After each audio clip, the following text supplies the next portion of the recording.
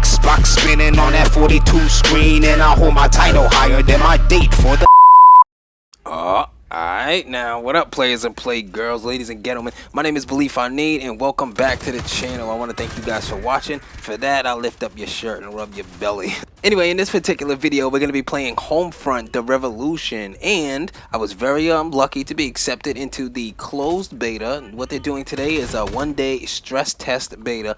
They just really want to see how many people can actually fit onto this server at the same time. So again, I was picked to do that, and what am I going to do? I'm going to record all the game footage and show you guys and tell you exactly how I feel about the first impressions. The first thing I noticed, character customization.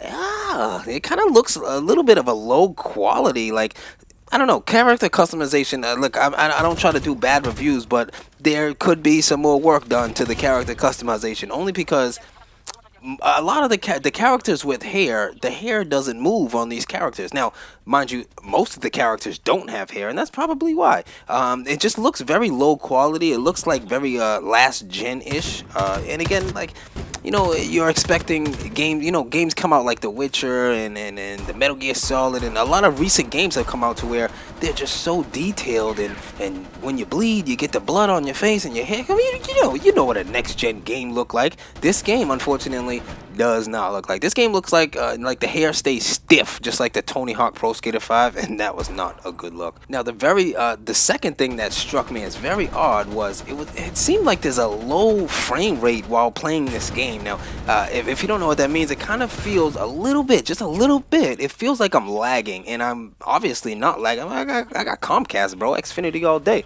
But the game just goes a little bit slower, or it skips, or again, the best thing is it just feels like it has a low frame rate. I can't get used to that. Like these multiplayer games especially, you have to have every split second to make that decision to kill that dude, or you're gonna get killed. But anyway, next point I want to make, the environment for this game just looks really dull, really bland. There's nothing that really sticks out. There's nothing that grabs you, and even traversing through these environments, there's nothing that is really memorable. And I only say that because well, recently we played the beta for The Division, and now if you guys remember, that was only like a couple days ago, but if you guys remember, I had my issues with The Division and the exploration and loot and all of that stuff. But even in that game, as you're walking down the street, there's smoke coming from the subway cabs, there's citizens and civilians just talking their normal conversation. Some people just, you know, it's like Grand Theft Auto. The city is alive. It feels like the city is alive, and you are just like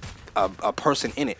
This particular game, though, in Homefront, it feels like we're the only people here. Me, the 3 co-op players that we're playing with, and all the enemies. There's nobody else. It's just like a ghost town, and that just seems weird. The main thing that this game reminds me of, it reminds me of Warface for the Xbox 360. Now, before you get into all of that, Warface was not a bad game. I put in many hours into Warface, and I spent a lot of loot.